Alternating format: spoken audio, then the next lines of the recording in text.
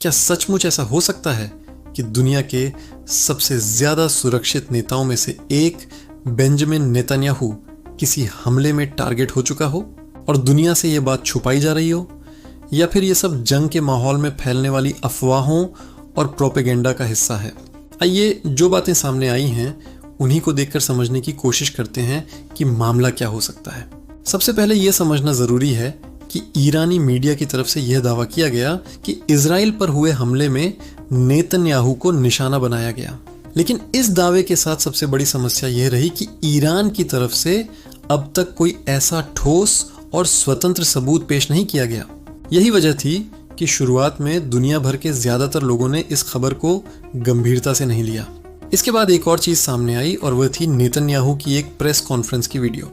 Social media पर कई लोगों ने दावा किया कि यह वीडियो असली नहीं बल्कि एआई से बनाई गई है। कुछ लोगों ने वीडियो में ऐसी चीजों की तरफ इशारा किया जैसे कभी उनका एक दांत अलग दिखाई देता है, कभी उंगलियों की संख्या में फर्क लगता है। इन बातों के आधार पर कुछ लोगों ने यह नतीजा निकाल लिया कि शायद असली वीडियो मौजूद ही नहीं है और इसलिए एआई वीडियो बनाई गई। लेकिन यहाँ यह भी समझना जरूरी है कि सोशल मीडिया पर जो वीडियो क्लिप्स घूमती हैं वे अक्सर कम क्वालिटी या कंप्रेस्ड होती हैं। ऐसे में कई बार विजुअल गड़बड़ियां दिखाई देती हैं जो असल में तकनीकी वजहों से होती हैं, न कि इसलिए कि वीडियो नकली है। दूसरी बात जो नोटिस की गई वह ये थी कि नेतन्याहू के बेटे का सोशल मीडिया अचानक शांत हो गया।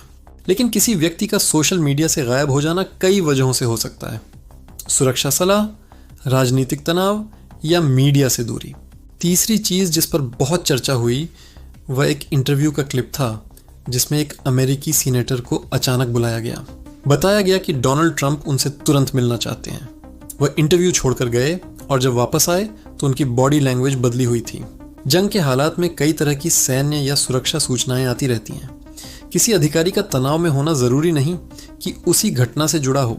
असल में जब दो देशों के बीच युद्ध की स्थिति होती है तो सिर्फ हथियारों से ही नहीं बल्कि जानकारी और अफवाहों से भी लड़ाई लड़ी जाती है।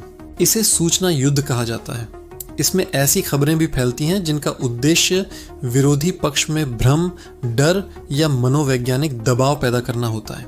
अभी तक कोई ऐसा प्रमाण सामने नहीं आया है जिसे अंतर्राष्ट्रीय स्तर पर विश्वसनीय माना जाए कि नेतन्याहू मारे गए हैं या घायल हुए हैं। इसलिए फिलहाल सबसे संतुलित और पेशेवर राय यही होगी कि इन दावों को अपुष्ट माना जाए और अफवाह के दायरे में रखा जाए। मौजूदा हालात में जानकारी बहुत तेजी से फैल रही है और बिना पुष्टि के सच मान लेना गलत नतीजों तक ले जा सकता है।